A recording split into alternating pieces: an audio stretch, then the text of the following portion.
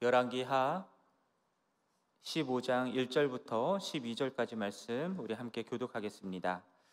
이스라엘 왕 여로보암 제27년에 유다 왕 아마샤의 아들 아사랴가 왕이 되니 그가 왕이 될 때에 나이가 16세라. 예루살렘에서 52년간 다스리니라. 그의 어머니의 이름은 여골리아라. 예루살렘 사람이더라. 아사랴가 그의 아버지 아마샤의 모든 행위대로 여호와 보시기에 정직히 행하였으나 오직 산당은 제거하지 아니하였으므로 백성이 여전히 그 산당에서 제사를 드리며 분향하였고, 여호와께서 왕을 치셨으므로 그가 죽는 날까지 나병 환자가 되어 별궁에 거하고 왕자 요담이 왕궁을 다스리며 그 땅의 백성을 치리하였더라. 아사랴의 남은 사적과 행한 모든 일은 유다 왕 역대 지략에 기록되지 아니하였느냐. 아사랴가 그의 조상들과 함께 자매 다윗성에 그의 조상들과 함께 장사되고 그의 아들 요담이 대신하여 왕이 되니라. 유다의 왕 아사랴의 제38년에 여로보암의 아들 스가랴가 사마리아에서 6살 동안 이스라엘을 다스리며 그의 조상들의 행위대로 여호와 보시기에 악을 행하여 이스라엘로 범죄하게 한 느밧의 아들 여로보암의 죄에서 떠나지 아니한지라. 야베스의 아들 살룸이 그를 반역하여 백성 앞에서 쳐 죽이고 대신하여 왕이 되니라. 스가랴의 남은 사적은 이스라엘 왕 역대 지략에 기록되니라. 여호와께서 예후에게 말씀하여 이르시기를 내 자손이 4대 동안 이스라엘 왕 위에 있으리라 하신 그 말씀대로 과연 그렇게 되니라. 아멘. 자, 오늘 본문 1절부터 7절까지는 아마샤의 뒤를 이어 유다의 왕이 된 아사랴에 대한 이야기를 다루고 있고요. 8절부터 12절까지는 여로보암 2세의 뒤를 이어 이스라엘의 왕이 된 스가랴의 기록을 다루고 있습니다. 오늘 새벽에는 이 전체를 다 다루기에는 시간이 부족해서 1절부터 7절까지에 나오는 아사랴 왕에 대한 부분을 저희들이 오늘 살펴보려고 합니다. 유다 왕 아사랴는 열왕기하 14장에 나오는 아마샤의 아들이었습니다. 아사랴가 왕이 되었을 때 나이가 16살 때였고요. 그리고 그의 통치 기간은 52년이나 통치를 하였습니다. 그리고 그의 어머니 이름은 예루살렘 사람 여골리아였다라고 말씀하고 있죠. 8장 26절에서 유다 왕 여호람의 아들 아하시아가 왕이 되었다라고 말하면서 그의 어머니가 이스라엘 왕 오므리의 손녀 아달랴였다라고 하는 기록이 있는데요. 이때 이후로 나오는 유다 왕의 이름 뒤에는 항상 어머니에 대한 기록이 나오는 것들을 보게 됩니다. 유다 왕 요아스, 아마샤 그리고 아사랴를 소개할 때 그의 어머니가 특별히 유다 지역 출신이었음을 드러내고 있는데요. 이것이 정확히 왜인지는 모르겠지만 아마도 아달랴라고 하는 이스라엘 오므리 자손이었던 오므리의 손녀였던 아달랴 이후로 유다 왕조에는 더 이상 아합 가문의 영향이 없었다라는 것을 보여주는 것이 아닐까 싶은 생각을 해봅니다. 아사랴의 기록에 있어서 가장 특이한 점은 무엇이냐면 그의 이름입니다. 오늘 본문 우리가 읽었던 본문에서는 아사랴라고 나오지만 여러분들이 15장에 있는 내용들을 쭉 읽어보다 보면 15장 13절에는 우시아라고 나오고요. 그리고 그 이후에 나오는 내용 속에서는 다시 또 아사랴라고 말하는 내용들이 나옵니다. 그리고 뒤에 나오는 역대기나 이런 다른 성경을 봐도요. 아사랴라고 하는 부분도 있고 우시아라고 하는 부분도 있습니다.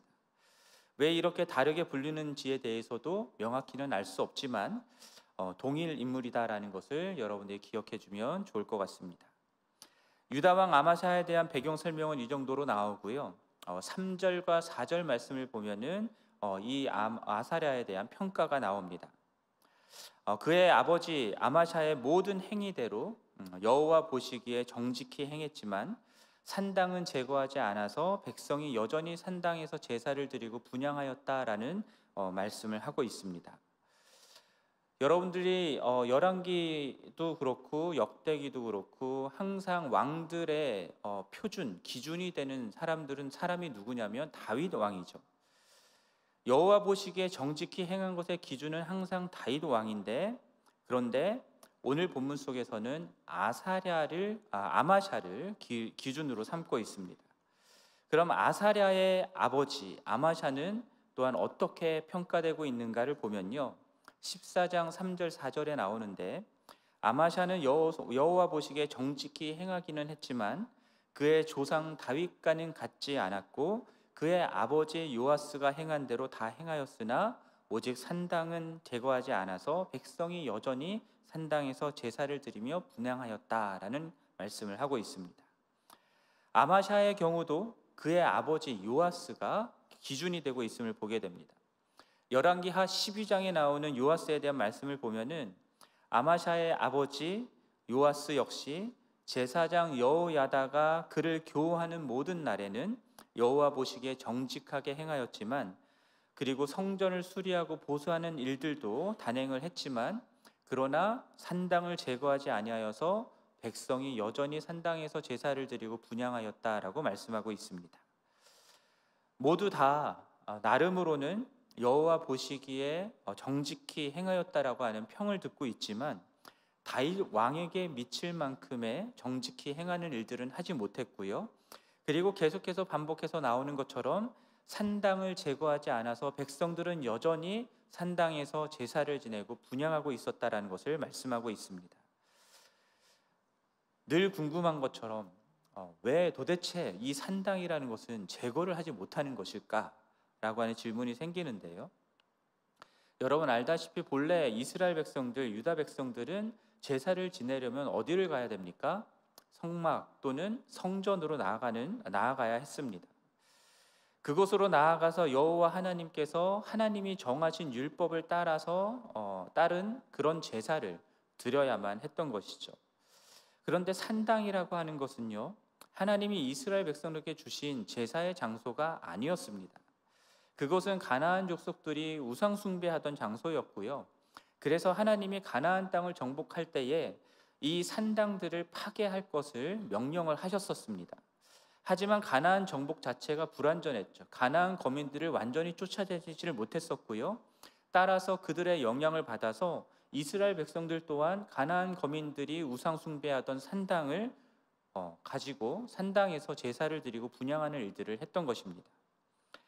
역대상 21장 29절 말씀 보면은 솔로몬 때에 성전이 지어지기 전까지 모세가 광야에서 만들었던 성막과 번제단, 이것이 어디에 있었냐면 기브온 산당에 있었다라고 나와 있습니다.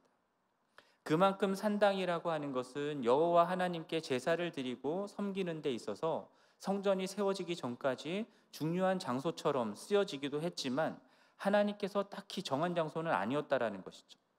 성전이 지어지고 나서 성전에서 율법을 지키며 제사를 드려야 했던 이스라엘 백성들인데, 그럼에도 불구하고 여전히 계속해서 산당에서 제사를 드리고 분향을 하고 있었던 것입니다. 그만큼 백성들의 삶에 깊이 뿌리를 내린 종교적인 전통이 되어버린 것이죠. 그들은 나름 여호와 하나님께 제사를 드리고 분향한다라고 생각했을 수 있습니다만, 그러나 그것은 하나님의 뜻이 아니었습니다. 제사를 드리고 분향하는 일은 하나님이 정하신 성막 또는 성전에서 행해져야 하는 것이었고요. 더욱이 하나님이 세우신 제사장들에 의해서 분향이 이루어져야 되는 것이었습니다. 그런데 이 모든 일들이 다 하나님이 정하신 대로 이루어지지 아니하고 백성들이 원하는 대로 원하는 장소에 산당을 짓고 자기들이 분향하는 일들이 있었던 것입니다. 게다가 하나님을 위해서 드려지는 제사는 하나님에게 속죄하거나 하는 그런 일들을 위해서 드려지는 제사였는데, 그런데 산당에서 드려지는 제사의 목적은 우상을 감동시켜서 내가 원하고 내가 바라는 것들을 이루고자 하는 그런 우상 숭배의 자리가 된 것입니다. 그래서 이스라엘에서 종교개혁을 단행할 때에 산당들을 회파하는 일들이 있었고요. 하지만 오늘 본문에 나오는 것처럼 요아스와 아마샤를 이어 아사랴조차도 나름 여호와 보시기에 정직히 행했던 왕들이긴 했지만 자기 욕망을 위해 우상을 숭배하던 산당을 제거하는 일은 하지 못하였던 것입니다. 그래서 백성들은 여전히 자기가 원하는 방식대로 하나님도 섬기고 우상도 섬기며 자기 욕망을 극대화하는 식의 종교 행위들을 계속해서 해왔던 것이죠. 그래서일까요? 여러분 5절 말씀 보면은 여호와께서 이 아사랴를 치십니다. 그래서 그가 죽는 날까지 나병 환자가 되어서 별궁에 거하였다라고 말씀하고요. 그의 아들 요담이 왕궁을 다스리며 백성을 치리하였다라고 말씀하고 있습니다. 그런데 여러분 좀 이상하지 않습니까? 요아스도 그랬고 아마샤도 그랬고 다들 산당을 제거하지 않았거든요. 그렇다고 하나님이 이 요아스와 아마샤를 치셔서 이들을 벌하였다라는 내용도 나오지 않습니다. 하지만 아사랴는 하나님이 치셨다라고 말씀하고 있어요. 그렇다면 단지 산당을 제거하지 않았기 때문에 하나님이 아사랴를 나병 환자가 되게 하셨다라고 볼 수는 없을 것 같습니다. 그래서 우리가 봐야 되는 기록이 역대하 26장입니다. 역대하 26장 말씀을 보면은 이 아사랴, 우시야에 대한 기록이 나옵니다. 거기서 우시야 왕에 대해서 무엇이라고 말씀하냐면 하나님의 묵시를 아는 스가랴가 살아있는 동안에 우시야가 하나님을 찾았고 하나님을 찾는 동안에는 하나님이 그를 형통하게 하셨다라고 하는 말씀이 나옵니다. 그래서 하나님이 그 우시야를 형통하게 하셔서 우시야가 블레셋 사람들 가운데에 성읍을 건축하기도 하고요. 블레셋과 그루바알에 거주하는 아라비아 사람들과 마온 사람들을 치기도 하고요. 암몬 사람들은 그에게 조공을 바치는 일들도 있었습니다. 그래서 이 우시야가 매우 강성하여져서 그의 이름이 애굽 변방에까지 알려졌다라고 말하고요. 그리고 26장에서 역대하 26장에서 강조해서 나오는 내용 중에 하나가 무엇이냐면 이 우시야가 강성하여지고 번영하였던 이 모든 것들이 다 여호와 하나님이 그를 도우셨기 때문이다라고 말씀하고 있습니다. 그런데 그가 강성하여졌을 때 그때 그의 마음이 어떻게 되냐면 마음이 교만하여졌다라고 말씀하고 있어요. 그래서 어떤 악을 저지르게 되냐면 여호와의 성전에 들어가서 향단에 분향을 하려고 하는 그 죄를 범하게 됩니다. 앞서 말씀드렸던 것처럼 분향은 그냥 아무나 하는 것이 아니라 누가 해야 되는 겁니까? 제사장이 해야 되는 것이죠. 아무 불이나 가지고 하는 것이 아니라 제단에 불을 가지고 해야 되는 것입니다. 자, 우시야가 이렇게 분향을 하려고 했을 때 그때 제사장 아사랴가 용맹한 제사장 80명을 데리고 성전에 따라 들어갑니다. 그래서 우시야를 말려요. 우시야가 손으로 향로를 붙잡고 분향하려고 하다가 자기를 말리는 아사랴 때문에 제사장 아사랴 때문에 화를 내는데 그 순간에 그의 이마에 나병이 생겼다라고 말씀하고 있습니다. 그래서 대제사장 아사랴와 모든 제사장이 부정한 나병이 생긴 이 우시야 왕을 성전에서 급히 내쫓습니다. 그리고 이 우시야 왕이 죽는 날까지 나병 환자로 별궁에 지내게 되었다라고 기록하고 있어요.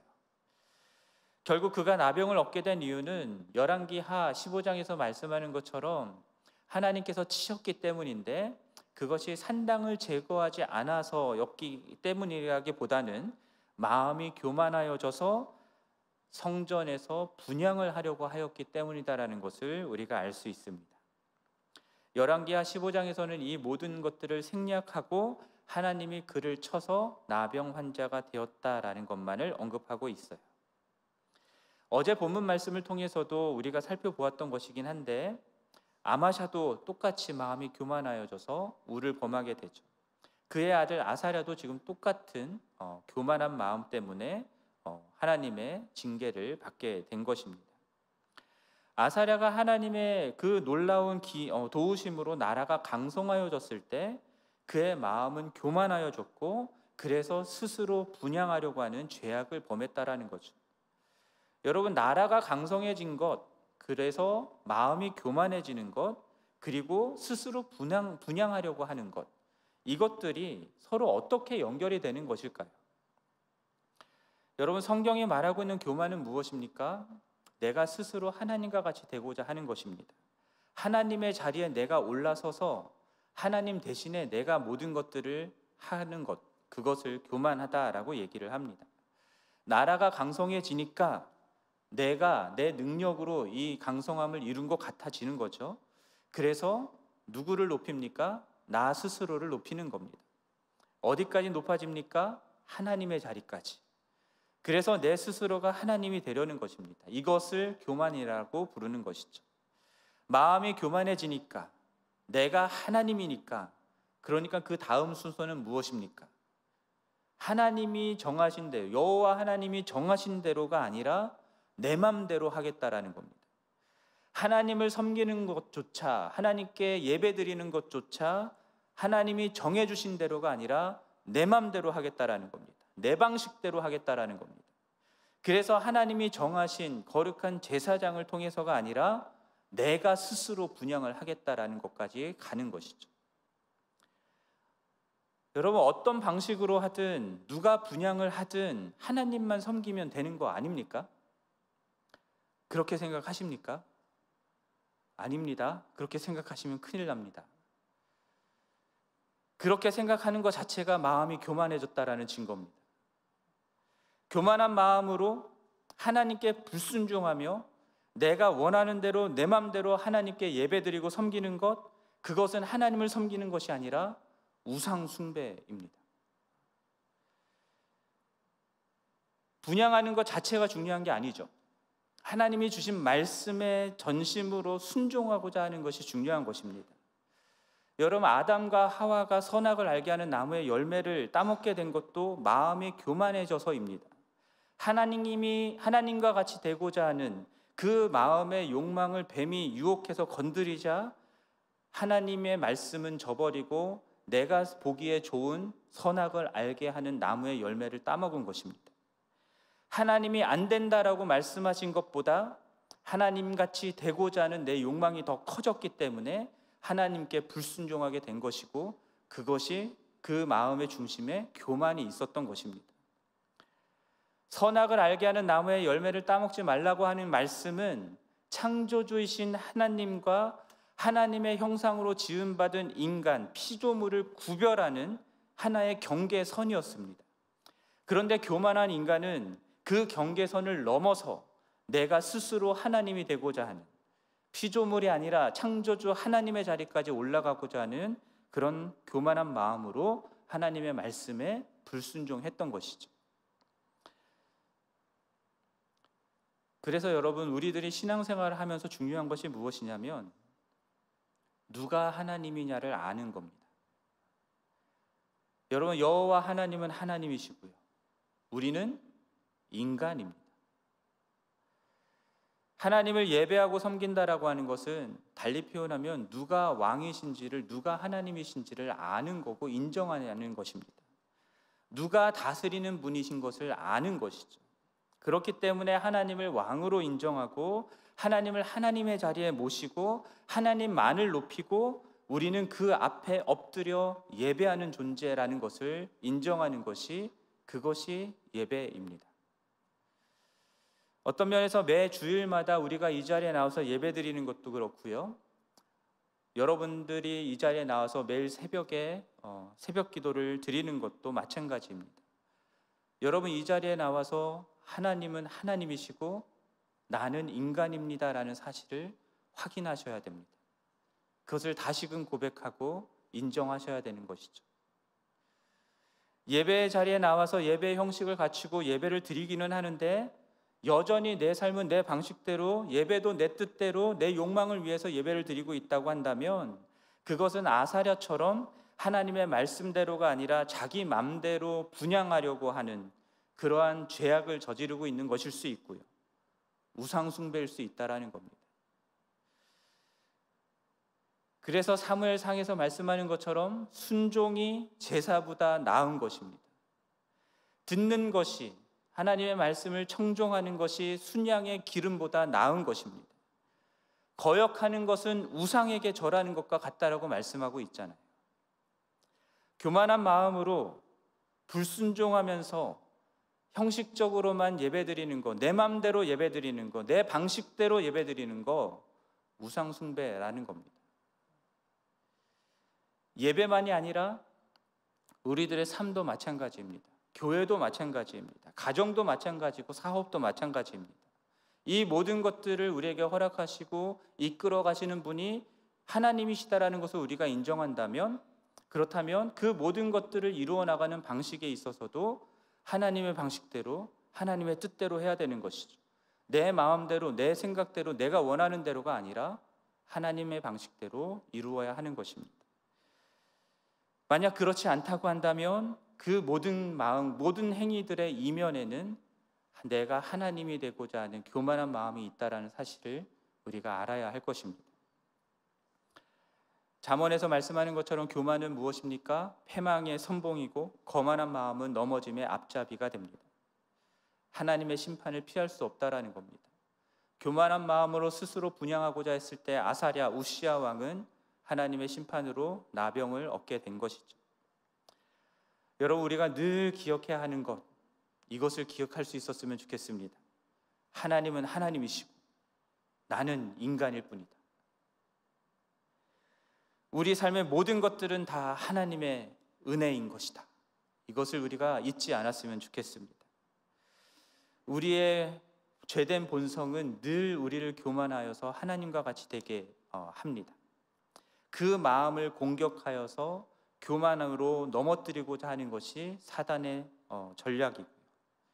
그러므로 매 순간 깨어서 하나님의 주되심을 인정하고 그 하나님을 하나님으로서 예배하고 하나님께서 주신 말씀에 온전히 순종하는 우리가 되기를 원합니다.